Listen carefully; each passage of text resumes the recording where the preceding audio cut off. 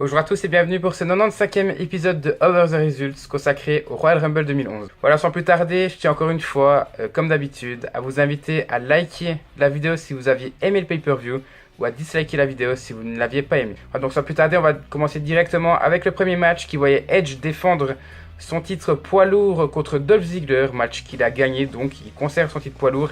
J'ai marqué dans un match un peu chiant où dans la stipulation le spear était interdit. Si Edge portait un spear sur Dolph Ziggler, c'est Ziggler qui devenait le nouveau champion. Donc j'ai marqué le rythme est vraiment bof, le public pareil, et mon dieu, le public, il y aura 4 matchs dans le pay-per-view, et durant les 3 premiers matchs, il va être juste insupportable, vraiment mort. On dirait qu'il attend juste le Royal Rumble match et qu'avant c'est genre le pré-show. Voilà. On ne l'entend quasiment pas de tout le pay-per-view. J'ai marqué le selling est classique. J'ai marqué une petite déception quand même, c'est dommage. Seule la fin du match, sauf tout, on va dire. Le match dure 20 minutes. Déjà, c'est une très bonne chose. Mais je trouve qu'il est un petit peu long. Et là, je vois déjà Sanity arriver qui va me dire « Non, mais Jordan, si tu mets 20 minutes et que tu dis que c'est trop long, tu ne devrais pas mettre un autant. » Eh bien si, pourquoi? Parce qu'encore une fois, je tiens à le répéter, dès qu'un match dure à peu près plus de 12 à 15 minutes, je mets un tout simplement pour saluer la performance des lutteurs. Le match pourrait durer 45 minutes, je mettrais quand même un parce que je salue la performance des lutteurs.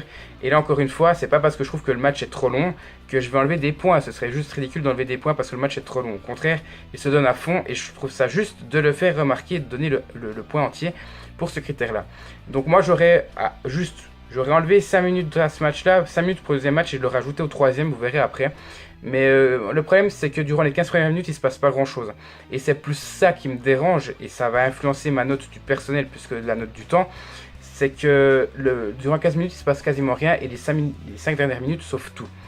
Ce qui me dérange aussi c'est qu'on a Vicky Guerrero qui hurle en dehors du ring. Alors en règle générale ça me dérange pas. Mais l'ambiance est tellement morte et on entend que Vicky Guerrero qu'au bout d'un moment ça me saoule pendant 20 minutes. Et heureusement, pour une fois, j'apprécie l'intervention de Kelly Kelly qui vient la calmer et la mettre à terre. Et puis justement, on a l'arbitre qui va regarder, ou l'arbitre qui va être KO, et Vicky Guerrero aussi. Et on a Edge qui va porter un spear, qui va juste après tout simplement jouer le mec qui n'a pas fait le spear pendant que l'arbitre se relève. Et qui va faire un kill switch à Dolph Ziggler pour terminer le match. Donc il aura utilisé son spear, malheureusement pour Dolph Ziggler, Vicky Guerrero et l'arbitre ne l'auront pas vu. Finalement il y aura quand même un angle derrière tout ça où on verra Dolph Ziggler à SmackDown, si je dis pas de bêtises, quelques semaines après, si c'est pas le SmackDown suivant, devenir le nouveau champion, puis perdre la ceinture dans la même soirée justement suite à ce spear. Mais pour moi c'est un peu trop classique, et si on n'avait pas eu les 5 dernières minutes, ce match aurait eu je pense 3 ou 4, mais là je lui donne pile la moyenne, un 6 sur 10. Deuxième match, le Miz bat Randy Orton avec l'aide de la New Nexus qui sont intervenus simplement pour conserver son titre de la WWE. Donc j'expliquerai le finish autour de la New Nexus à la fin de ce match-là, enfin à la fin de mon explication. Et j'ai marqué dans un match classique et long à nouveau. Ce match dure 19 minutes. Alors en sachant qu'il y a 4 matchs pour un pay-per-view de 3 heures, ça paraît normal qu'on ait des matchs longs comme ça. Moi ce qui me dérange encore une fois, c'est pas le temps, mais c'est ce qu'ils font durant la plupart du temps. Et pour moi, le rythme en fait partie et il y a beaucoup de cassures de rythme. Après les heals, c'est surtout Miz qui fait ça, on va pas se le cacher. C'est normal, c'est son rôle, mais il y a trop de cassures de rythme et ça me convient pas. Et j'ai marqué, heureusement qu'on a les interventions de Alex Riley, donc qui intervient pour donner un petit peu de peps au match à certains moments, et qu'on a les commentaires de Michael Cole, qui à l'époque c'était très sympa. C'était presque le pote du Miz et d'Alex Riley, et il était toujours là pour les mettre un petit peu en valeur. Et ça rend le tout moins monotone tout simplement. J'ai marqué le public toujours autant mort. Et le finish, on va l'expliquer justement, on a 4 des 5 membres de la New Nexus, donc tous sauf CM Punk qui interviennent. Finalement, Randy Orton va balancer, je crois, Alex Riley. Sur les 4 membres de la New Nexus, on aura CM Punk qui interviendra de l'autre côté du ring, qui portera un GTS sur Randy Orton et qui va mettre Miz sur Orton. Et Miz conservera son titre de cette manière-là. C'est très intéressant dans le sens où on aura après un Orton contre Punk qui sera, avec la New Nexus du côté de Punk, qui sera très très mauvais jusqu'à WrestleMania. Mais si je me souviens bien, je vous ai déjà fait la review de WrestleMania 27 il n'y a pas longtemps. Le match est assez bon entre les deux. Donc on va dire que voilà, ça sauve un petit peu le tout et la rivalité n'est pas si inutile que cela. Donc c'est fou parce qu'à l'époque, c'est là qu'on voyait la New Nexus avait aucune raison d'attaquer Randy Orton. Et puis on aura dans le Royal Rumble une attaque sur un autre lutteur qui ne sera pas forcément justifié non plus. Mais à l'époque c'était comme ça et ça se fait moins maintenant. Le Royal Rumble est souvent le lieu où les rivalités pour WrestleMania commencent. Et là, ça en fait clairement pas, c'est pas une exception à la règle, tout simplement. Et vous le voyez, pour ce match-là, j'ai mis la note de 8 sur 10. Troisième match, Eve Torres bat Natalya, Layla et Michelle McCool dans un Fatal 4-Way match pour devenir la nouvelle championne des divas dans un bon match. Alors bon match, on se comprend parce que le temps ça dure 5 minutes et vous le voyez à la note finale, j'ai mis à 5,5 donc c'est pas un si bon match que ça. Mais comme dans la plupart de mes reviews dernièrement, les matchs qui semblent plutôt bons sont les matchs courts. Et vous allez me dire c'est normal parce que dans un match de 20 minutes, ils mettent le paquet à la fin. Et c'est pour ça que dans les deux premiers matchs, on a l'impression qu'il ne se passe rien durant les 3 quarts du match. Tandis que là, les divas savaient qu'elles allaient faire 5 minutes, donc elles ont tout donné en 5 minutes. Et ça donne un match plutôt correct malgré le temps. Pour moi, comme j'ai dit, ça aurait mérité 5 à 10 minutes de plus, mais à l'époque, les divas n'avaient pas autant d'exposition qu'aujourd'hui. Et oui, je ne l'ai pas précisé, mais à la base, ça devait être un handicap match. Ça devait être Natalya qui défendait son titre des divas contre Lay Cool dans un match handicap. Et ça allait être intéressant.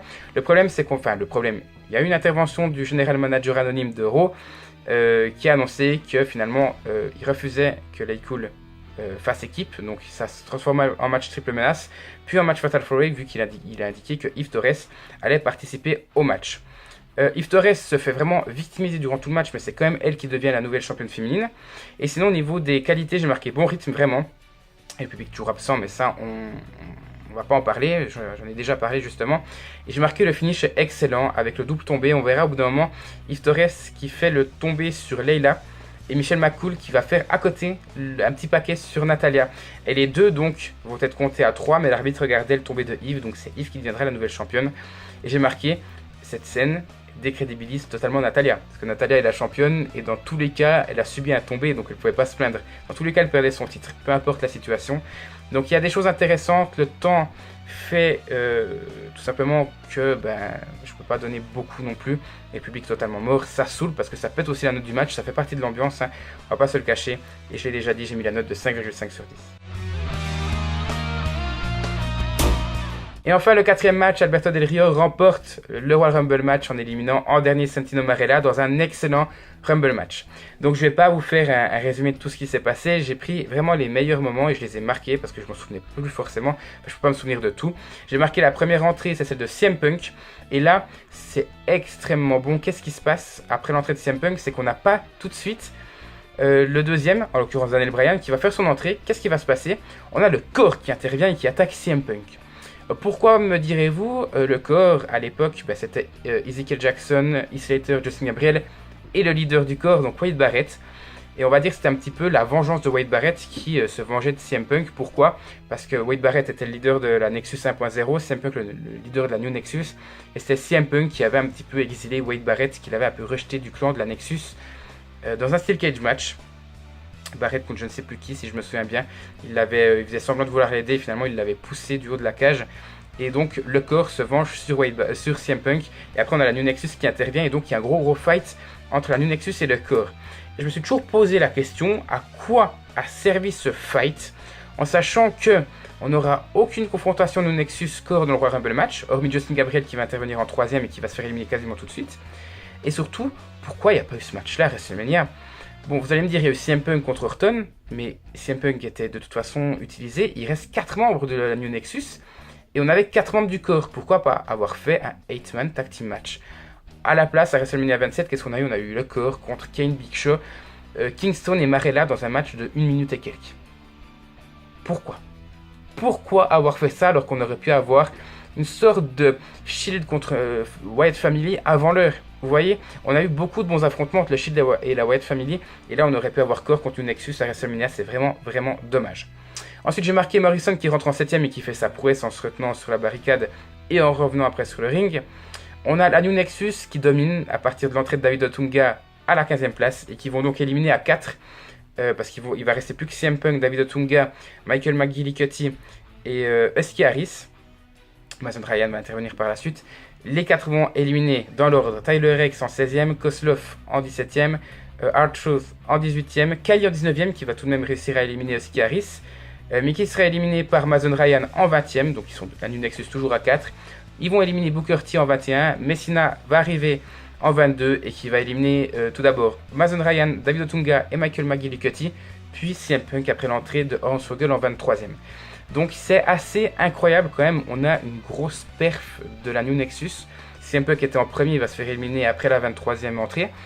Donc je pense que c'est ce qui fait le charme du Royal Rumble 2011, enfin du Royal Rumble match 2011, et c'est ce qui fait que pour moi je le place dans les meilleurs. Très clairement, ce spot là, cet angle là qui va durer presque 10 minutes à quart d'heure est juste magistral, et c'est ce qui fait que, vous le voyez à la note du match, j'ai mis quand même 9,5 sur 10. Seul un point me chiffonne dans ce Royal Rumble match là, mais on va en parler plus tard.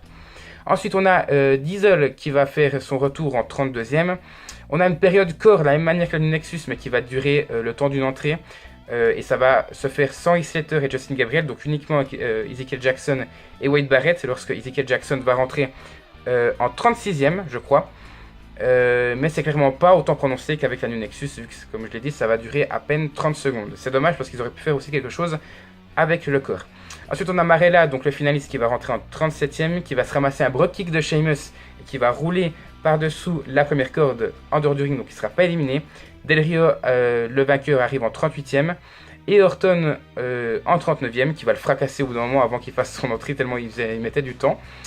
Et on a au bout d'un moment, Marella va revenir sur le ring et Alberto Del Rio va l'éliminer en dernier. Seul petit point encore, donc le Miz, qui n'intervenait pas qui n'était pas dans le match, qui accompagnait Alex Riley, c'est lui qui va attaquer Cena lorsqu'il va en rester 5. Voilà, donc vous avez à peu près tous les points importants du Royal Rumble match. C'est toujours très difficile pour moi de faire une analyse d'un Royal Rumble match, parce qu'il y a tellement de choses qui se passent. Et pourquoi j'ai pas mis 10 sur 10 en sachant que tout est bon pour moi quasiment, même la période entre Cena et Hornswoggle, qui vont un petit peu dominer le ring jusqu'à l'arrivée de Kingston à peu près, est très très bonne, même si je n'aime pas forcément Hornswoggle. Mais pour moi, qu'est-ce qui pêche? C'est le suspense. Alors je devrais pas analyser ce genre de choses, mais moi je m'en souviens très clairement. Pourquoi le suspense, on pourrait mettre 0, c'est pas un critère, mais j'ai marqué suspense 0. Parce que c'est Del Rio qui gagne, et pour les gens qui étaient déjà fans et qui suivaient la WWE à cette époque, Alberto Del Rio, avant le pay-per-view, c'est le seul qui parlait de gagner le Royal Rumble match, donc ça paraissait logique. Les autres étaient tous vraiment centrés sur des rivalités, et Del Rio c'était le seul qui disait « Je vais gagner, je vous préviens, ma destinée va s'accomplir, je vais être champion poids lourd à WrestleMania ». Enfin bref, c'était le seul qui parlait de ça, et du coup c'était grillé à des kilomètres que c'est lui qui allait gagner. Et pour moi c'est un gros point négatif, et c'est le seul. Et c'est pour ça que j'ai mis la note de 9,5 sur 10. Voilà, donc maintenant si on additionne toutes ces notes et qu'on divise par 4, on arrive tout de même à la note de 7,25 sur 10. On peut dire que les 3 premiers matchs, il y a des défauts, vraiment. Je pense qu'ils ont été minimalistes parce qu'ils auraient pu faire clairement mieux, surtout avec les 2 premiers matchs. Mais le Royal Rumble match sauve tout, et pour moi c'est un des meilleurs qu'on a eu depuis 2007. Voilà. N'hésitez pas à me dire ce que vous en avez pensé, que ce soit à propos de mes notes ou à propos du pay-per-view si vous en souvenez. Je vous rappelle un like si vous l'aviez aimé, un dislike si vous ne l'aviez pas aimé. N'oubliez pas de vous abonner aussi, objectif 2000 abonnés. Et à me laisser un petit commentaire tout simplement, et nous on se retrouve tout bientôt pour la suite de la chaîne.